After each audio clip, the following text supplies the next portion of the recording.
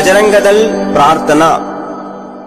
शिवं शाश्वतं रामदूतं बलिष्ठं प्रदीप्ताननं वानराणामधीशं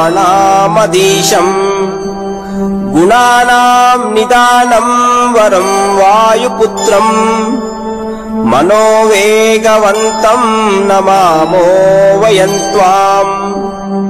शुभे वत्सले मातृभूमे नमस्ते त्वमेवासि माता विधात्री धरित्री।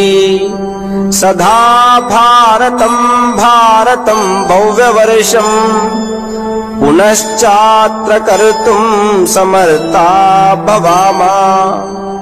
स्वदेशं स्वधर्मं च पातुं प्रयच्छ बलं साहसं धैर्यमाचारशीलम्।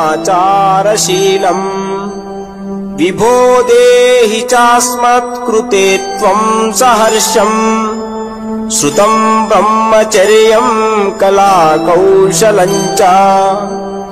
अये वीरस्वामिन् वयं प्रेरिता स्मः त्वया कर्म कर्तुं स्वदेशाय नित्यम्।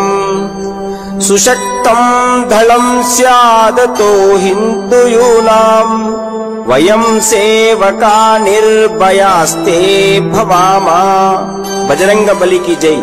भारत माता की जय।